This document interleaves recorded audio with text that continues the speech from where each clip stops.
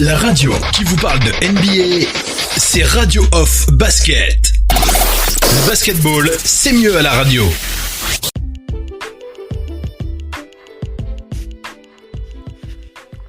Bienvenue les amis, bienvenue sur le parquet de la radio. Vous avez reconnu ma voix, c'est bien moi, Oncle Phil Basket.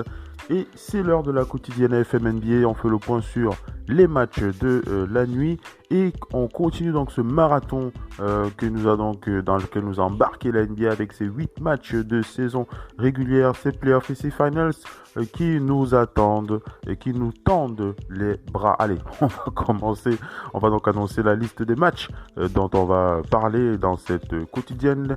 Les Pelicans qui ont affronté les Kings de Sacramento, le Heat de Miami face aux Bucks de Milwaukee, les Pacers d'Indiana face aux Suns de Phoenix, les Clippers de Los Angeles face aux Mavericks de Dallas, les Blazers de Portland face aux Nuggets de Denver et les Lakers de Los Angeles face aux Rockets de Houston. Restez bien accrochés, on démarre.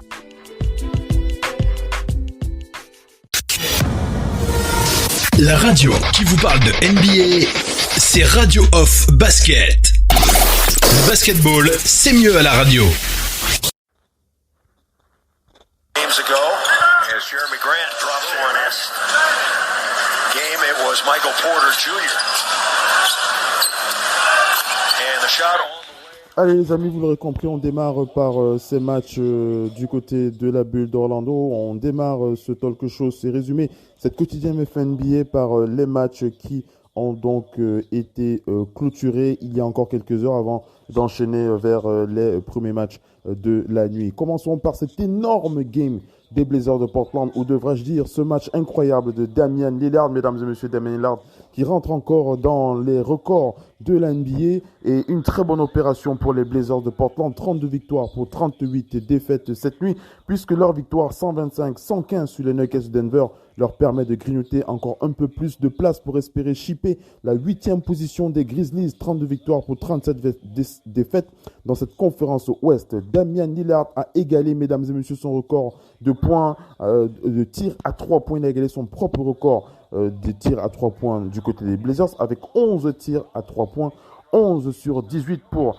tirer son équipe vers le haut et terminer à 45 points, mesdames et messieurs, 13 sur 21 au tir, 4 rebonds et 12 passes décisives. Gary Trent Jr. a ajouté 27 points en sortie de banc. Jusuf Nurkic, 22 points pour Portland. On va donc rappeler que menés 62-49 à la mi-temps, les Nuggets sont revenus à 92-87, mais Michael Malone a ensuite préféré privilégier le repos de ses cadres pour la fin de match, tout simplement parce que pour lui, il n'y avait rien à faire. Les Blazers maîtrisaient cette fin de match et il ne fallait pas risquer les blessures des joueurs les plus importants de son équipe. Voilà pourquoi, porté par les 27 points de Michael Porter Jr., encore un gros match du rookie Michael Porter Jr. qui continue de faire plaisir aux fans des Nuggets de Denver sur le plan individuel. Il est très bon, Michael Porter Jr., et on rappelle que lui, donc 27 points et 5 autres joueurs à au moins 10 points, 4 passes en 24 minutes. Les Nuggets ont conservé leur 3e place à l'Ouest. Même avec les remplaçants sur le terrain, l'équipe a réussi quand même à revenir à 6 points sur un gros 3 points de PJ Dozier à 1 minute de la fin. Mais Jusuf Nurkic a claqué un dunk et les Nuggets, jusqu'à 14 points, ont perdu le ballon sur la suivante. Lillard est le 2e joueur avec James Harden cette saison, a réussi plusieurs matchs avec au moins 10 tirs à 3 points réussis. Le 20 janvier dernier, il avait rentré 11 tirs à 3 points et terminé à 61 points face aux Golden State Warriors. Le meneur a aussi marqué 7 points en l'espace de 24 secondes dans le 3e quart-temps. Puis, on rappelle que c'est 3 points plus la faute, le lancer franc, puis un autre 3 points sur la possession. Damian Lillard était très, très brûlant cette nuit. Les Nuggets ont shooté à 52,4% sur le parquet, mais hauteur de 16 ballons perdus quand même, contre 9 ballons perdus du côté des Blazers de Portland. Un gros match, on vous l'a dit, de Damian Lillard sur ce parquet. On ne va pas oublier Carmelo Anthony qui était à 31 minutes de temps de jeu sur ce game, même s'il était il était moins en évidence avec moins 5 en plus minus. Il a souffert dans ce game avec 7 points. On a parlé aussi de CJ McCollum. 40 minutes de temps de jeu pour CJ McCollum qui était à 13 points, 16 plus 16 en plus-minus. Il a bien défendu CJ McCollum et ça, c'est des éléments qu'on ne marque jamais dans son jeu. Lorsque l'on parle de CJ McCollum, on parle toujours du joueur qui score, toujours, on va pas dire en concurrence, mais cette doublure de Damian Lillard sur le parquet dans cette équipe des Blazers de Portland, on ne parle pas assez souvent de l'aspect défensif du jeu de CJ McCollum et je souhaitais véritablement pointer du doigt cette bonne performance de CJ McCollum cette nuit. CJ McCollum en défense du côté des Blazers, c'est donc, je vous l'ai dit, plus 16 en plus-minus, 6 rebonds, 6 passes et une interception. Très beau match de la part de CJ McCollum. Hassan Whiteside était en sortie du banc. Il a eu 12 minutes de temps de jeu pour 2 points, 1 plus 1 en plus-minus. Les Blazers qui ont maîtrisé leur sujet, les Blazers qui ont dominé les Nuggets de Denver cette nuit. La radio qui vous parle de NBA, c'est Radio Off Basket. Le basketball, c'est mieux à la radio.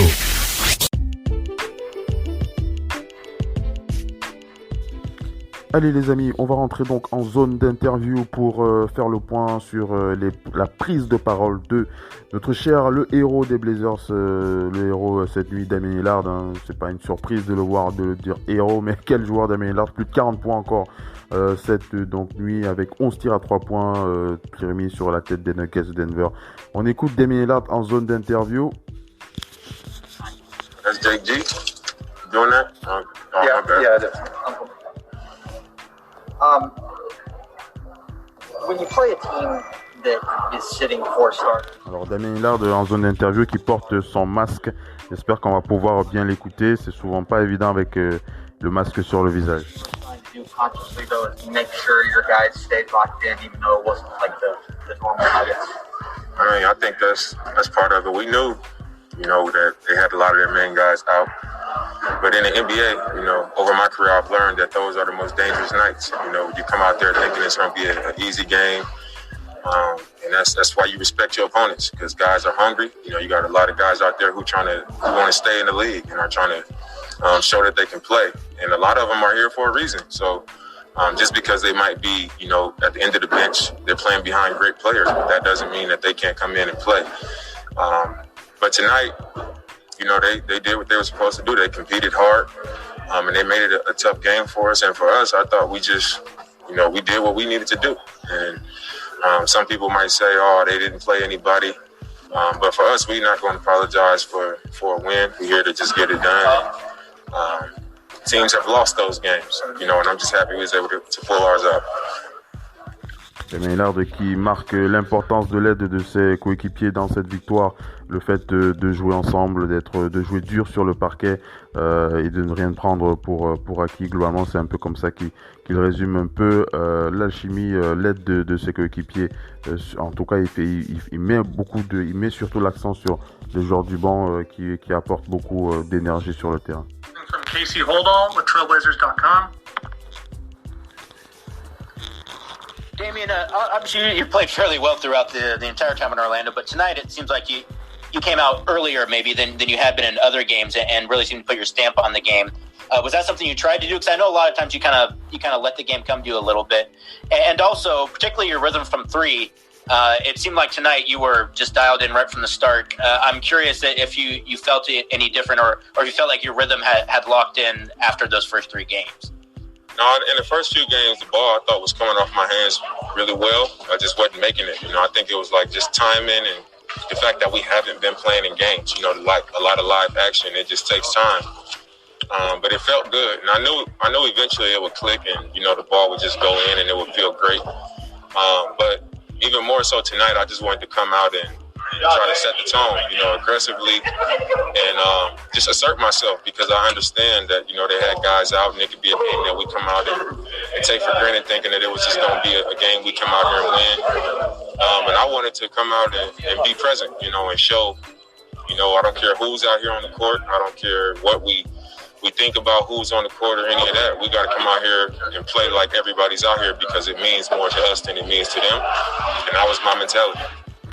Voilà, c'est ma mentalité, Damien Lillard, qui insiste sur le fait que les 3 premiers matchs n'ont pas été évidents pour lui en termes d'adresse, mais voilà, il faut continuer à travailler, il faut continuer à shooter, et c'est ce qu'il a fait aujourd'hui, cette nuit face aux Nuggets. Il a voulu être vraiment agressif, quel que soit l'adversaire en face de lui, il faut rester agressif, et c'est l'état d'esprit qu'il avait cette nuit, et il estime que c'est véritablement cet état d'esprit qui lui a permis de rentrer ses tirs face aux Nuggets. BC Sports Northwest. And Coach talked about you taking on Michael Porter Jr. defensively in the game, especially second half. Can you talk about guarding a guy that much bigger than you? How tough is that? And what was that something you volunteered to do? Yeah, I mean, we've got 8 games to try to get into the playoffs, and it's not like we're looking at a full 82-game season, so we all got to be committed to that end of the floor. And tonight, I told him, let me guard him. He made a few shots. I fouled him a few times, but he was comfortable, for a little bit. And I just wanted to make him a little bit uncomfortable, be physical, and make him work for it. And, I thought I did a pretty solid job of that. Très intéressant cette réponse de Damien Lillard. On lui a posé la question, voilà, on t'a vu défendre sur Michael Porter Jr. Dans le deuxième quart-temps. Qu'est-ce qui s'est passé? Est-ce que c'est toi qui as été volontaire ou c'est le coach qui t'a envoyé sur lui? Il a dit non, voilà, c'était ma décision de défendre sur Michael Porter Jr. Dans le deuxième quart-temps. Voilà, j'ai vu qu'il était chaud, il était bien motivé, et j'avais décidé de défendre sur lui, et voilà, il s'en est plutôt bien sorti, Damien Lillard. Mais c'est intéressant de savoir que c'était lui qui avait décidé de défendre dans le deuxième quart-temps sur le jeune rookie Michael Porter Jr. et il s'en est plutôt bien sorti, même si le rookie a scoré, il était à presque 30 points, mais l'essentiel est ailleurs, puisque la défense, c'est pas la défense, c'est un jeu d'équipe, et puis il est un peu plus grand que Damien Lillard, mais c'est important de voir que Damien Lillard n'a pas peur de défendre sur des adversaires beaucoup plus grands que lui. Young with ESPN. Hey, Dame, before the format came out, you had kind of said that all you wanted was a chance. Yeah. And here you guys, 4 games in, you're only half game back in Memphis, and you may there's a chance you may flip it on them and take that 8 seed from them. Is this gone better than what you thought it might, or is this about what you envisioned? You guys know me pretty well by now, and y'all know that I'm always optimistic, and I always see the best in situations, especially a situation like this. And it was also why I said what I said, months ago, and I said if we don't have a chance to compete for a playoff spot, I don't want to play, because I knew that if we did have a chance to play for a playoff spot, it would look something like it looks right now, because we're a more healthy team. We are more rested, and I knew what our team was doing. Guys was, getting conditioning in. We stayed in contact. As soon as we opened up our facility, guys were there every day. I knew that once we got here, we would be one of the teams that could take advantage of it. And so far, we have. Là, qui précise que les chances de son équipe pour se battre pour cette dernière place de playoff est réelle.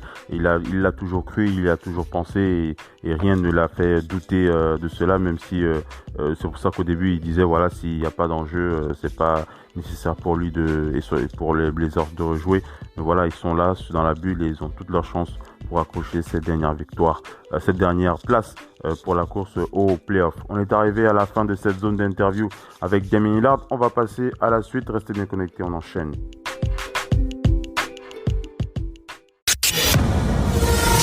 La radio qui vous parle de NBA, c'est Radio Off Basket. Le basketball, c'est mieux à la radio.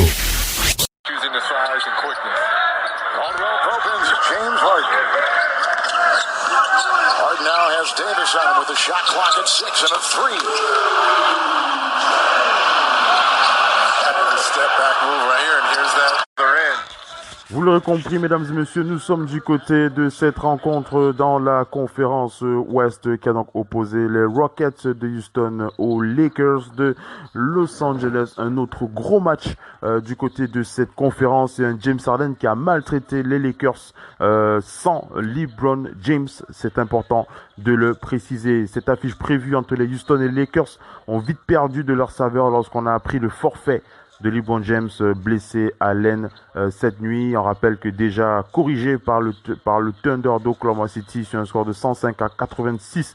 Les Lakers ont cette fois été punis 113-97 par les Rockets d'un James Harden qui lui est loin d'avoir mis le pied sur le frein. James Harden a terminé le match avec 39 points, 11 sur 19 au tir, 8 rebonds et 12 passes. Les Rockets ont joué sans Russell Westbrook touché au quadriceps, mais entre le gros match de James Harden et le 21-57 des Rockets à 3 points contre la maladresse continue des Lakers, 2 sur 19, mesdames et messieurs, 2 sur 19 à 3 points, mené par les 21 points de Kyle Kuzma, 8 sur 16 au tir. Donc je parlais donc des 21 points de Kyle Kuzma, 8 sur 16 au tir, 5 rebonds et 3 passes. Anthony Davis, 17 points, 5 sur 8 au tir, 12 rebonds et 3 passes. Mais aussi 7 ballons perdus de la part d'Anthony Davis. Ça, c'est très très mauvais lorsqu'Anthony Davis perd autant de ballons. Donc ça suffit pour faire la différence du côté des Rockets. Dominés dans la peinture, dominés 65-56 à la mi-temps par les Rockets. Les Lakers, menés jusqu'à 19 points, n'ont pas mené au mieux que de 2 points. Ils sont revenus sous les 10 points au milieu du troisième quart-temps sur un shoot de Quinn Cook. Les Rockets ont marqué les 7 points suivants avec notamment un 3 points de James Harden et l'écart est repassé à 86-69. Un autre run plus tard bouclé par un 3 points de PJ Tucker a porté le score à 91-73 en faveur des Rockets de Houston. Mais les Lakers ont terminé le troisième quart-temps sur un 6-3 pour recoller à 94-79. L'équipe a ensuite démarré le dernier quart-temps sur un 10-0. Puis James Harden a amorcé un lay-up à 11-0 qui a poussé l'avantage de Houston à 105-89 à 5 minutes de la fin.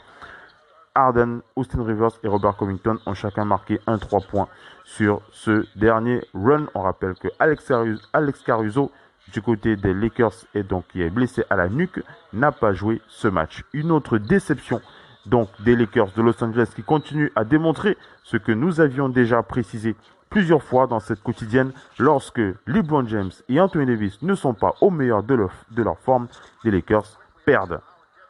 Nous avons encore la preuve cette nuit avec cette déception de Anthony Davis, mesdames et messieurs. Anthony Davis, 29 minutes de temps de jeu, moins 9 en plus-minus, 17 points, 12 rebonds, 3 passes décisives, 1 contre. Alors moi, ça me pose véritablement une question. Pourquoi est-ce que j'entends plusieurs fois les fans des Lakers, ou alors les fans d'Anthony Davis, préciser que ce serait peut-être lui le meilleur joueur des Lakers de Los Angeles. C'est vrai que sur le papier, c'est lui le meilleur joueur des Lakers. C'est vrai qu'au niveau statistique, c'est lui le meilleur joueur. Au niveau points, au niveau rebond, au niveau passe. Non, au niveau passe, c'est LeBron James par contre. Mais au niveau points, au niveau rebond, c'est lui le leader de cette équipe. Mais pourquoi est-ce que Anthony Davis n'est pas un leader vocal, un leader pourquoi est-ce qu'Anthony Davis n'est véritablement pas un leader qui peut porter son équipe en l'absence de LeBron James? C'est ce qu'on attendait de lui dans cette rencontre face aux Rockets de Houston avec un gros James Harden qui a joué sans Russell Westbrook. Moi, j'attendais personnellement un énorme Anthony Davis cette nuit face aux Rockets de Houston. 29 points, on vous l'a dit, pour un moins 9 en plus-minus 17 points. Pour moi, c'est très mauvais lorsque je vois ce genre de statistiques de la part de cette superstar Anthony Davis. Anthony Davis doit montrer un autre regard s'il veut, un autre visage s'il tient véritablement à amener ses Lakers vers le titre NBA. Mais on le voit régulièrement essayer de donner de l'effort dans ce match, mais ça n'a pas été suffisant. Anthony Davis n'a pas été suffisamment dominant pour impulser l'effort que doivent apporter ses coéquipiers vers la victoire. Et ça se voit sur les plus-minus de cette équipe, puisque l'intégralité des Lakers est en plus-minus négatif, mesdames et messieurs, négatif. L'intégralité du plus-minus des Lakers est en négatif.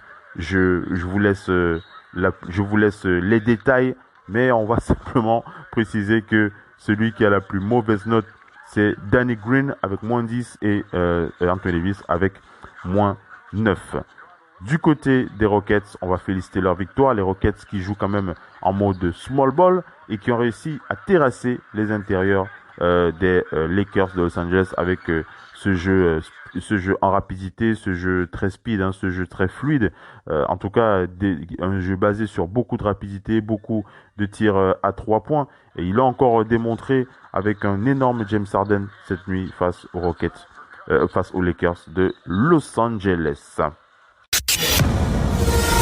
La radio qui vous parle de NBA, c'est Radio Off Basket. Le basketball, c'est mieux à la radio.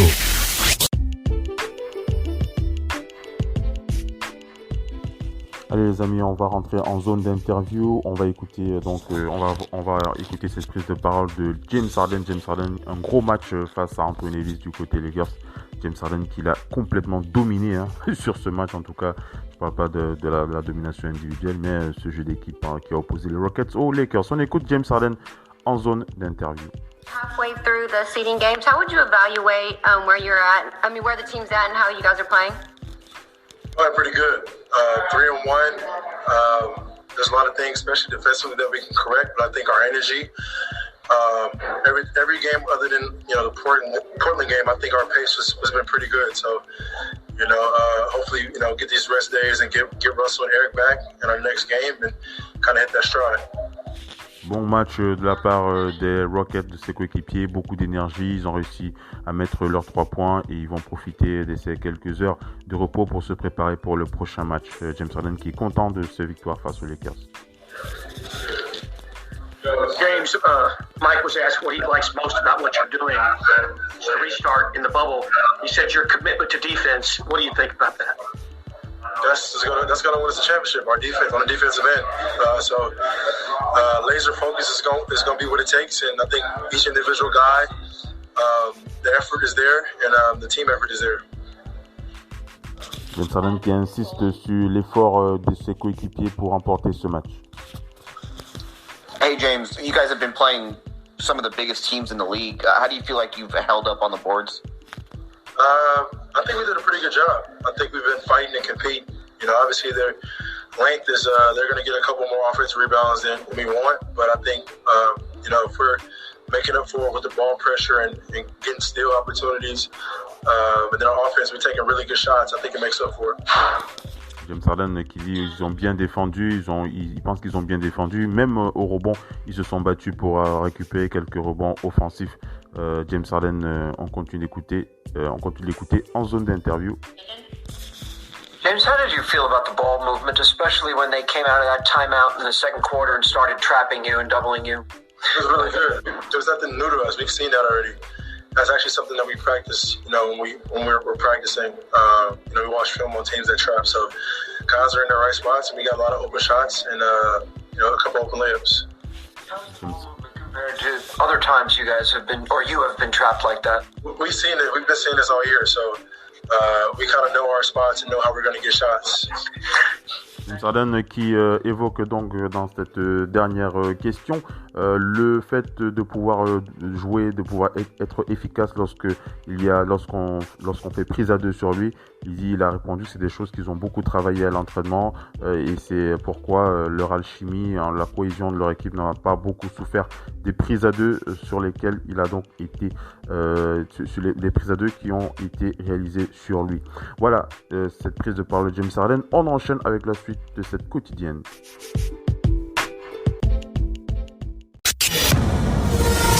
La radio qui vous parle de NBA, c'est Radio Off Basket. Le basketball, c'est mieux à la radio. Start with Pat Beverly out for the Clippers. During the season before the restart. Against Phoenix, 20 against the Kings the other day. Mark, I just think it's really interesting and good for the Mavericks. Zubac get to the... Zubac, the first basket of the day. And a drive here by Porzingis to Boban.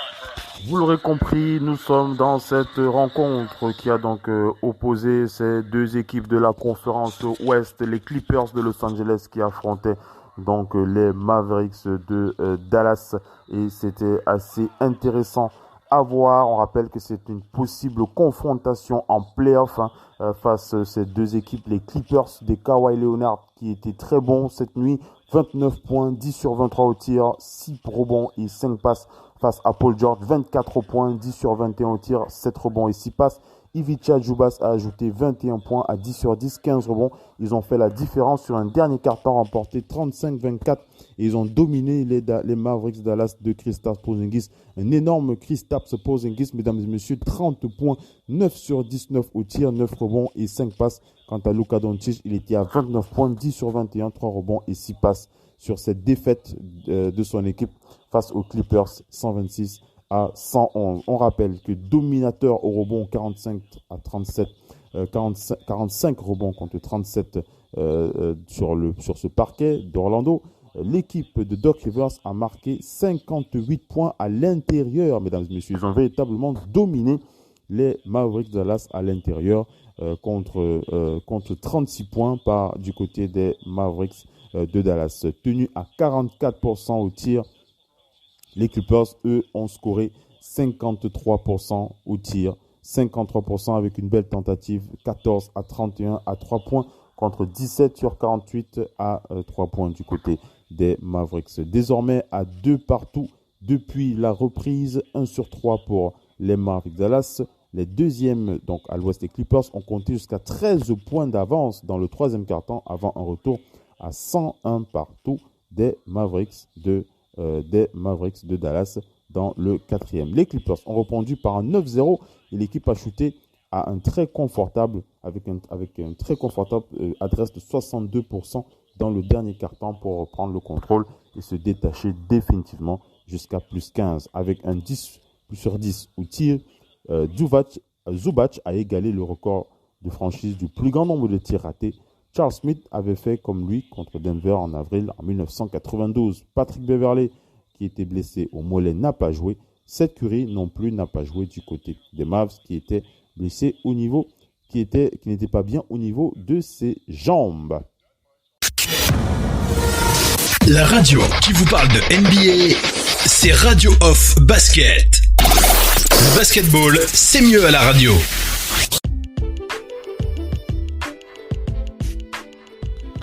Allez les amis, cette fois on va se faire plaisir en zone d'interview avec notre cher Fun Guy. Ça faisait un moment qu'on n'avait pas entendu Kawhi Leonard dans zone presse. C'est parti, on se fait plaisir en écoutant Kawhi Leonard. You guys had a pretty complete game offensively. You got stops when you needed to. So where do you feel the team still has to improve, down the stretch in these last couple of games? It's pretty much just execution. Getting, our legs, our lungs ready, for playoff basketball. Just getting in shape, like I said, communicating, and, just got to play hard the rest of the game. Kawhi qui est pas très audible derrière sa cabine là, malgré qu'il n'ait pas de masque. Il parle du fait d'avoir beaucoup d'énergie dans le match, être en forme, avoir de bonnes jambes. C'est important pour eux de rester en forme jusqu'au playoff. Kawhi Leonard qui marque la concentration des Clippers sur les playoffs du côté d'Orlando. On enchaîne avec Kawhi. Hey Kawhi, you guys have had some success with Doncic this season. What kind of challenge does he present to a defense, and also what have you guys done that's kind of been helpful for you against him? Just showing bodies, putting bodies in front of him. Great pass, he's a great passer. Get to the hole, gets to the free throw line, can shoot the three well. He has the whole package, so when you're out there, you got to be ready. And now, Porzingis is out there healthy, moving well, and it's a tough team.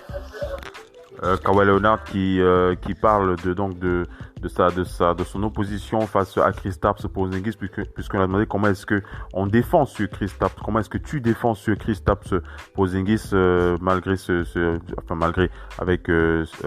est-ce que tu défends sur Kristaps Porzingis tout simplement. Et Kawhi a répondu c'est pas évident, c'est quelqu'un qui est très très très très compétent, très fort sur plusieurs aspects de son jeu. Il fait de très bonnes passes, il tire à 3 points de loin, il pénètre. Donc c'est pas évident de défendre très très bien sur Kristaps Porzingis, mais c'est surtout une question d'énergie, une question d'alchimie, beaucoup d'aide avec ses coéquipiers pour faire déjouer Kristaps Porzingis.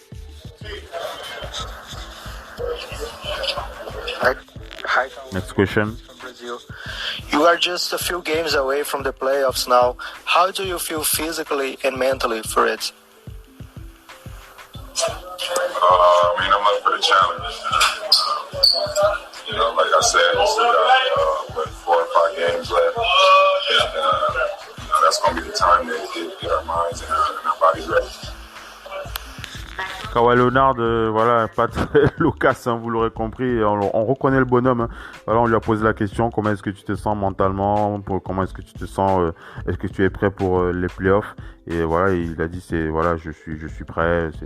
Je suis prêt. Il dit voilà, il faut qu'on reste en forme, c'est ça le plus important, rester en forme et être prêt pour les playoffs. Voilà, c'est des questions un petit peu, des réponses surtout assez peu explicites de Kawhi Leonard et c'est bien connu du personnage que l'on apprécie, Kawhi Leonard.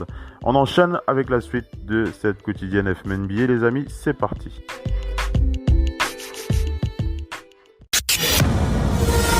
La radio qui vous parle de NBA, c'est Radio Off Basket. Le basketball, c'est mieux à la radio. This is a good thing for Milwaukee, even though Jimmy Buckets and Goran Dragic are not available. Hey, check with Witch.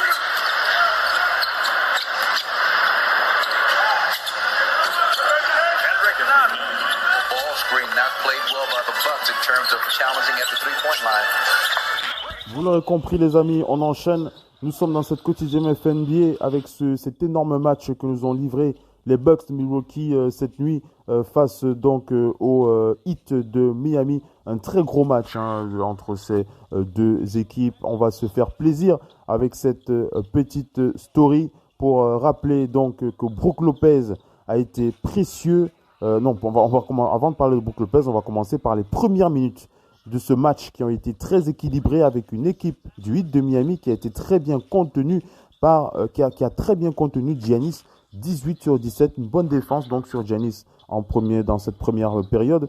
Le Heat de Miami après 8 minutes, une bonne défense, 18/17 dans ce score. Puis tout à coup, la rencontre a basculé, le Heat de Miami profitant des ballons perdus des Bucks de Milwaukee et profitant de leur maladresse extérieure. Les shooters Tyler Hero et Duncan Robinson ont allumé la mèche imitée par André Iguodala pour passer un 18-5 auquel Eric Bledsoe a mis fin avec un tir primé. Donc les de Miami qui menaçaient véritablement les Bucks. Je parle des Blazers.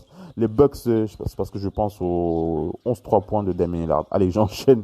Donc les Bucks de notre cher Giannis Antetokounmpo, donc Eric Bledsoe qui a mis fin avec un tir qui a mis fin à l'avance, à l'engouement de Miami avec un gros tir à 3 points primé sur cette période, 34-25 après 12 minutes. Sur sa lancée, le Heat de Miami a entamé le second quart avec un 11-3 grâce à Tyler Hero, 45-28 au score. En feu de loin avec 2 réussites de Robinson et un de Crowder, le Heat de Miami a poursuivi son run pour se retrouver en tête 63-40 face à des Bucks qui étaient KO avant de passer 4 minutes sans marquer le moindre panier. Ils ont alimenté le score sur la ligne des lancers francs et c'est finalement Giannis qui a débloqué le compteur qui a débloqué le jeu d'attaque des Bucks de Milwaukee grâce à des tirs extérieurs aussi de ses coéquipiers Lopez et Middleton. Les Bucks ont réduit un peu l'écart malgré un shoot à 3 points de Bam Adebayo au buzzer 73-56 à la pause. Miami affichait un 13-24 de loin. Au retour des vestiaires, les Bucks ont changé de mentalité et ont décidé d'apporter une défense rugueuse sur le Heat de Miami. Giannis s'occupait de l'attaque pour démarrer avec un 25 conclu par un tir à 3 points de Wesley Matthews. Réduisant l'écart à 2 points, 78-76. Les débats sont équilibrés dans la seconde partie du quart-temps. Miami retrouvant un peu d'adresse de loin par Jones Jr. et Robinson pour se redonner un peu d'air alors que les Bucks commettaient quelques erreurs, laissant des rebonds offensifs en plus de quelques ballons perdus, 98-92 après 36 minutes de temps de jeu. Le Heat de Miami a bien entamé ce dernier quart-temps puisque le 3 points d'André Iguodala a fait passer l'écart à 9 points. Chris Middleton a pris les choses en main et a permis, avec l'aide de Bledsoe, un cinglant 13-0 pour repasser en tête. Duncan Robinson a limité la casse pour les siens, mais le rouleau compresseur des Bucks était déjà en marche. Derrière, 111-110 à 5 minutes du terme, les hommes des Bucks, les hommes de Mike Budenholzer ont passé un violent, excusez-moi mes amis, 20-0 sous l'impulsion de Giannis. Chris Middleton et le Heat étaient KO debout. Ils ont passé plus de 4 minutes sans scorer. Mesdames et messieurs, grosse défense des Bucks de Milwaukee dans la deuxième période pour maîtriser la chaleur de Miami. Brook Lopez a été précieux, je l'ai dit en début de présentation, avec 17 points, 4 sur 9 au tir, donc 2 sur 4 de loin. Les Bucks terminent à 52%, donc un 15 sur 37 de loin, alors qu'en face, le Heat de Miami a artillé avec 24-46 à 3 points, mais a perdu son adresse peu à peu après la pause. Duncan Robinson, 21 points, 7 sur 11 au tir. Tyler Hero, 20 points, 6 sur 12 au tir, ont brillé, mais ça n'a pas été le cas de Bam Adebayo en l'absence de Jimmy Butler. On le rappelle, Jimmy Butler qui était absent de ce match, et Goran Dragic qui a signé 6 points, 2 sur 10 au tir, 5 rebonds et 5 passes. Le Heat de Miami, comme je vous l'ai dit, s'est donc réveillé à la pause avec un réveil très violent, puisque la seconde mi-temps s'est soldée sur un score de 74-43. Ils ont terminé le match sur un terrible 20-0 dans le sillage d'un énorme Giannis Antetokounmpo, 33 points. Chris Middleton était aussi à 33 points. Les Bucks qui retrouvent donc la victoire dans un match où ils ont eu deux visages face au Heat de Miami. Ils emportent un score de 130 à 116. La radio qui vous parle de NBA, c'est Radio Off Basket. Le basketball, c'est mieux à la radio.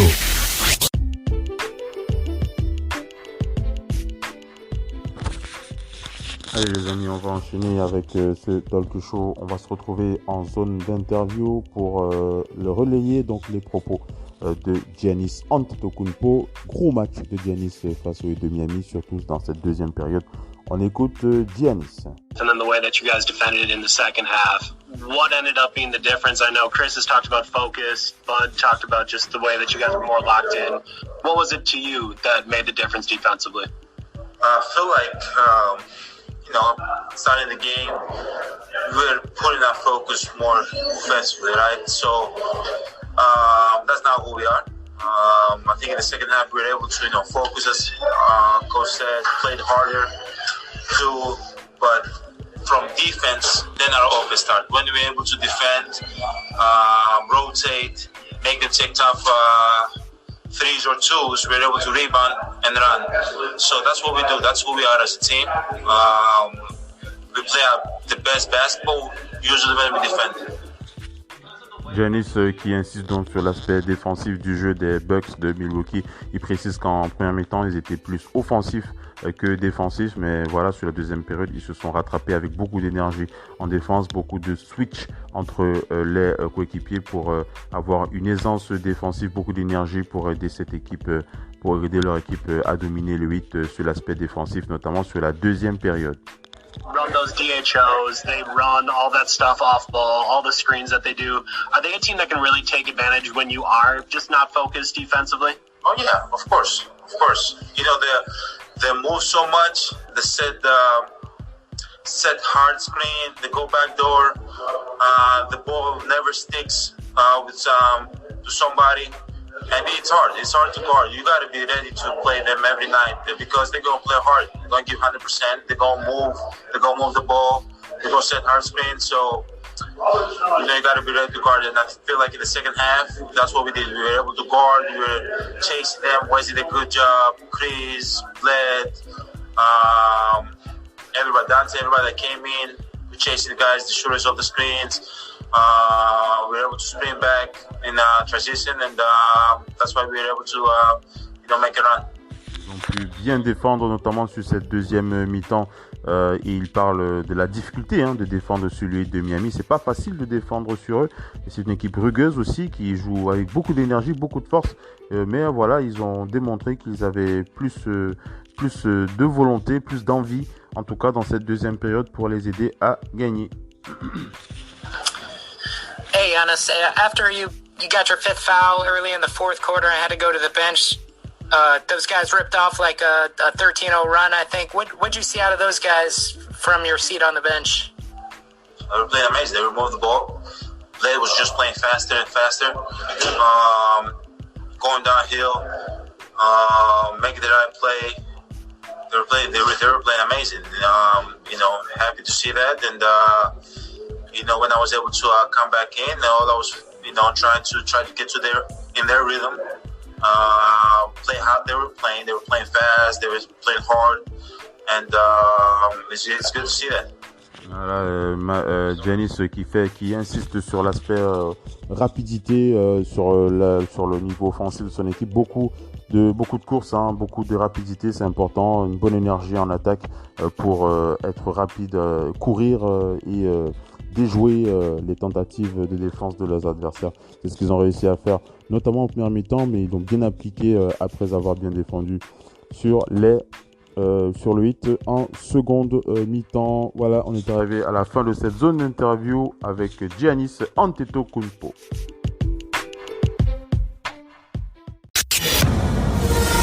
La radio qui vous parle de NBA, c'est Radio Off Basket. Le basketball, c'est mieux à la radio. Coach for the Pacers, Monty Williams, year one.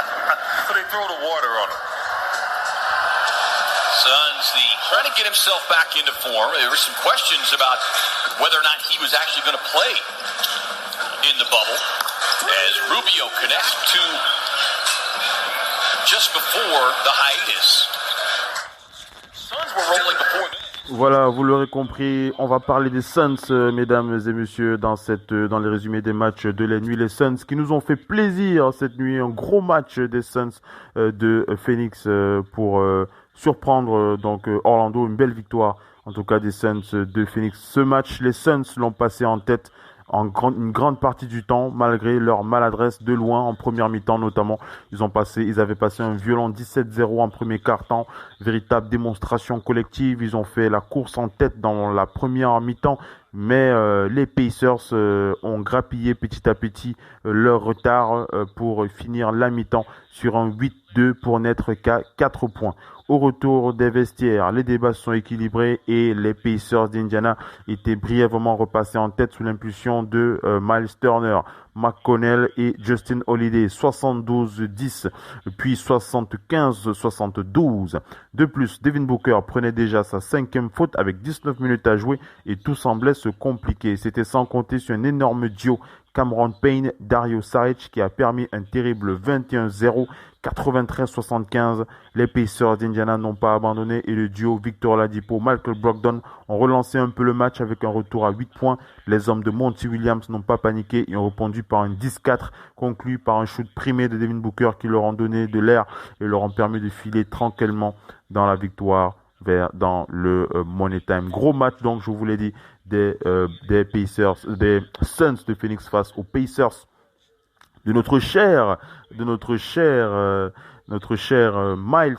Turner, notre cher Victor Oladipo, mais je pensais surtout à TJ Warren, sur qui on va revenir à la fin de ce résumé. On rappelle que même s'il y a eu des soucis de faute, Devin Booker a donc mené les siens à la baguette avec 20 points, 6 sur 12 au tir, 1 sur 5 à 3 points, 10 passes. Il a reçu l'aide de ses coéquipiers. DeAndre Ayton a sorti un gros match, 23 points, 11 sur 18 au tir, 10 rebonds et 4 contres en sortie du banc. Dario Saric était à 16 points, 8 rebonds et Cameron Payne était à 15 points. Donc ça a été décisif dans le terrible run de seconde mi-temps. Ils ont shooté à 9 sur 34 de loin, très très mauvais cette maladresse à 3 points, 47,3% au tir et 27 passes décisives. Du côté des Suns, ils ont su trouver des solutions en attaque et en face les Pacers n'ont rentré que 42% de leurs tirs, menés par un excellent Malcolm Brogdon, 25 points en feu depuis Malcolm Brogdon, 25 points, 9 sur 16 au tir, donc 4 sur 7 à 3 points, 6 rebonds et 6 passes pour la star des Pacers d'Indiana. On rappelle que TJ Warren s'est refroidi cette fois à Orlando face à cette belle équipe des Suns. TJ Warren était plutôt froid, limité à 16 points, 7 sur 20 au tir, donc 1 sur 5 à 3 points. Les Suns qui avaient compris qu'il fallait le cadenasser pour l'empêcher de prendre feu, et donc ils ont donc limité le feu follet à 16 points sur ce match, à l'image aussi d'un Victor Oladipo qui a été très maladroit, limité offensivement, 4 sur 11 pour Victor Oladipo pour 16 points. Miles Turner a compilé 17 points, 8 rebonds et 3 contres. 4 sur 4 donc pour les Suns de Phoenix. Les coéquipiers de Devin Booker continuent de surprendre Orlando avec cette 4e victoire en dominant les Pacers d'Indiana sur un score de 114-99.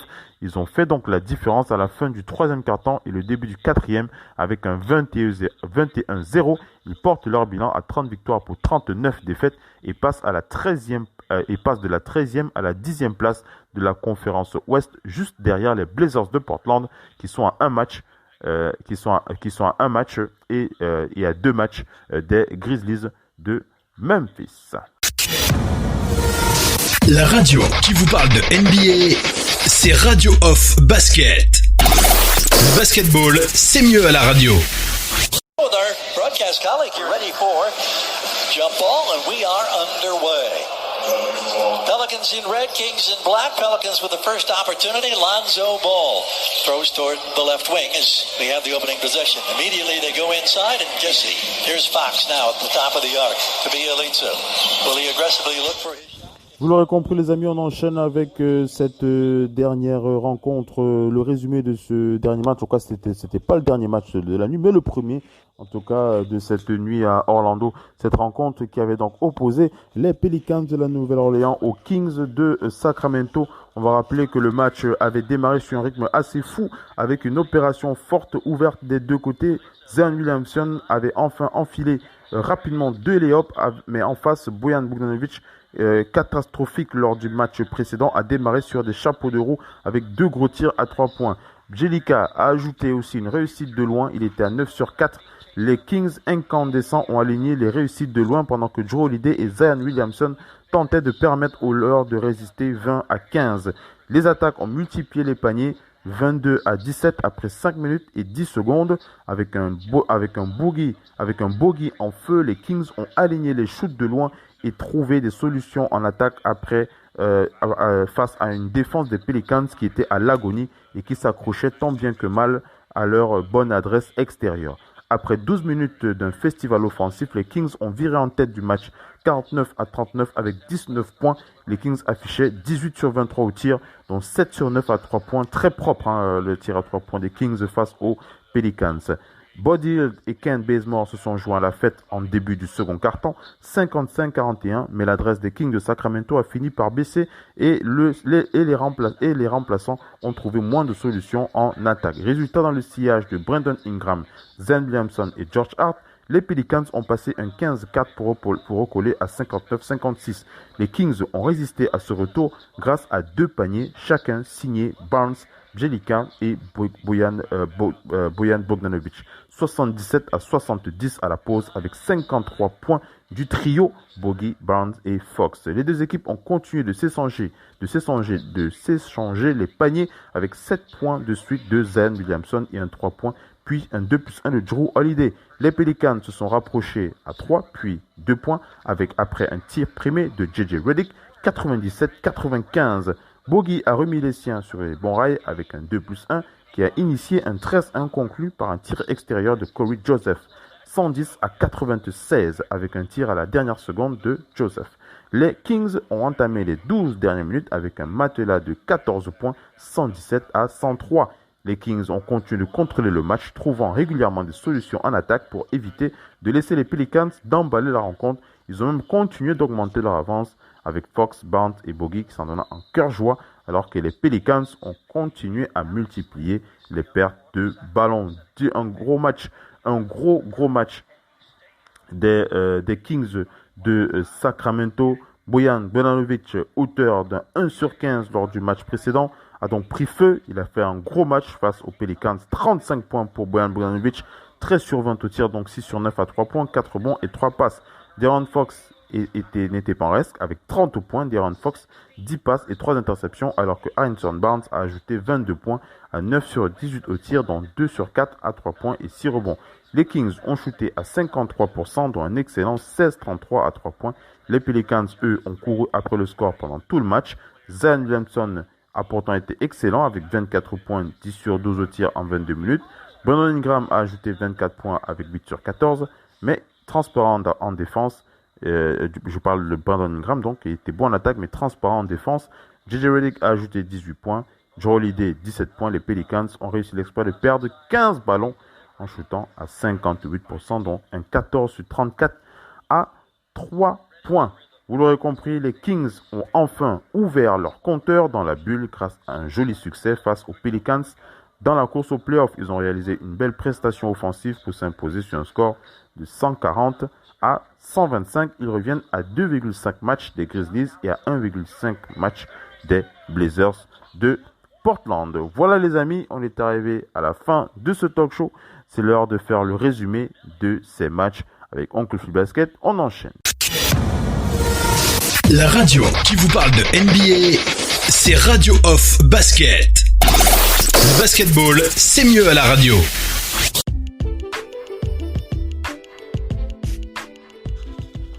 Allez les amis, on est donc arrivé à la fin de cette quotidienne FMNBA. J'espère que vous avez apprécié ce résumé by Oncle Phil Basket dans cette quotidienne sur le parquet de la Radio Off. Vous l'aurez compris, on va commencer par la fin avec les Pelicans de la Nouvelle-Orléans qui ont donc perdu face aux Kings de Sacramento sur un score de 140 à 125. Les Pelicans de la Nouvelle-Orléans qui ont donc déjoué sur une très très mauvaise défense et une très mauvaise adresse au tir. Et les Kings qui eux au contraire ont très bien joué, notamment au tir extérieur.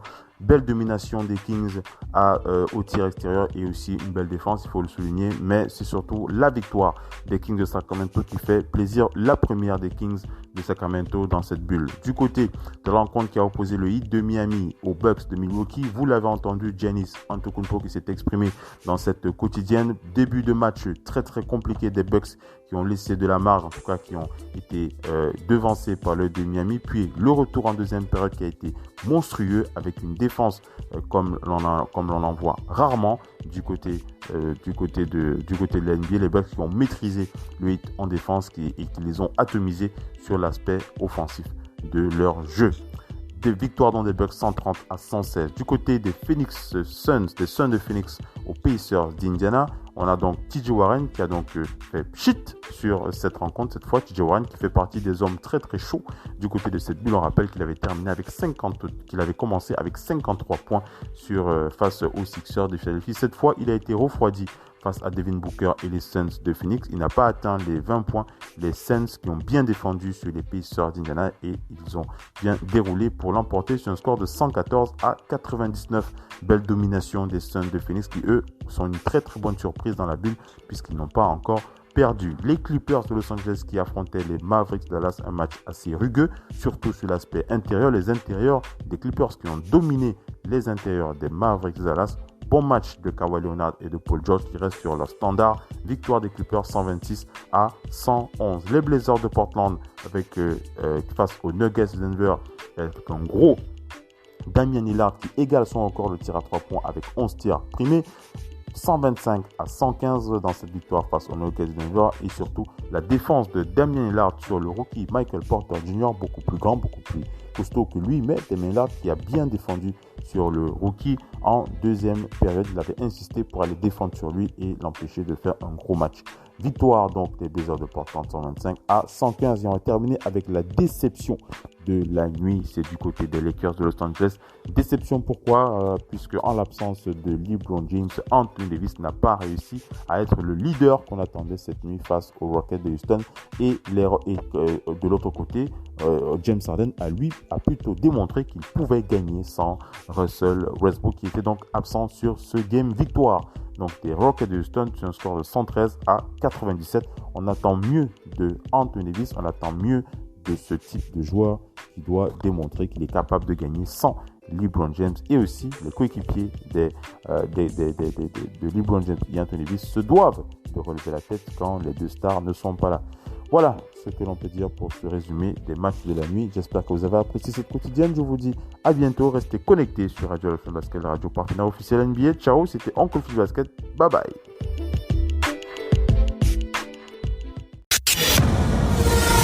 La radio qui vous parle de NBA, c'est Radio Off Basket. Le basketball, c'est mieux à la radio.